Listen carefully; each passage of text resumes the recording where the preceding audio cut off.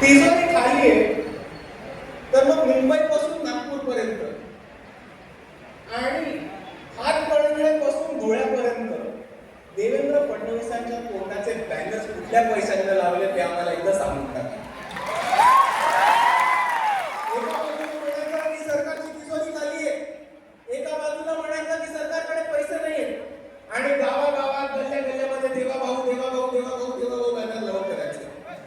हे सरकारचे पैसे नाही आहेत, सरकारच्या बापाचे पैसे नाही आहेत, ते आपले पैसे आहेत आणि ते खर्च झाले पाहिजे तर आपल्या विकास कामावरती, ते खर्च झाले पाहिजे तर आपल्या पाठ राखण्यासाठी, ते खर्च झाले पाहिजे तर पूरग्रस्तांना मदत करण्यासाठी.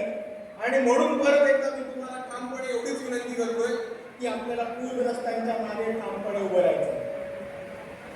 आणि हेच करत असताना मित्रांनो अजून एक समजून घ्या की मदत देत असताना बाळासाहेब आंबेडकर जेव्हा अकोल्याचे खासदार होते तेव्हा ह्याच्यात पण त्यांनी एक अकोला पॅटर्न निर्माण केला होता. बाळासाहेबांनी एक पॅटर्न जो निर्माण केला होता 98 सालीचा पॅटर्न होता. तेव्हाच्या साली त्यांनी कलेक्टरला सांगितलं होतं की ज्यांचं पुरामध्ये नुकसान होतंय तातडीने त्यांना तिकडच्या हातामध्ये 5,000 रुपये देणं आणि पंचनामा झाल्यानंतर त्याचे बाकीचे पैसे देणं. पण तो 98ची गोष्ट होती. आणि म्हणून आज तीच त्याच धर्तीवरती हीच बाळासाहेबांची योजना घेऊन आपण ही मागणी करतोय की ज्या शेतकऱ्यांचं नुकसान झालंय त्यांना ताबडतोब त्यांच्या हातामध्ये 15,000 रुपये इकडच्या कलेक्टर साहेबांनी दिले पाहिजे आणि पंचनामा दिल्यानंतर पंचनामानुसार नुकसान जे झालं त्याचे बाकीचे पैसे दिले पाहिजे.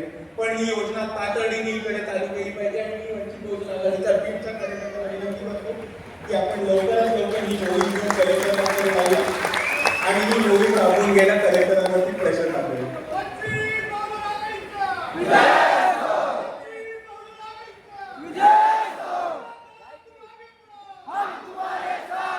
दुसऱ्या बाजूला इकडे अजून एक मोठा प्रॉब्लेम आहे.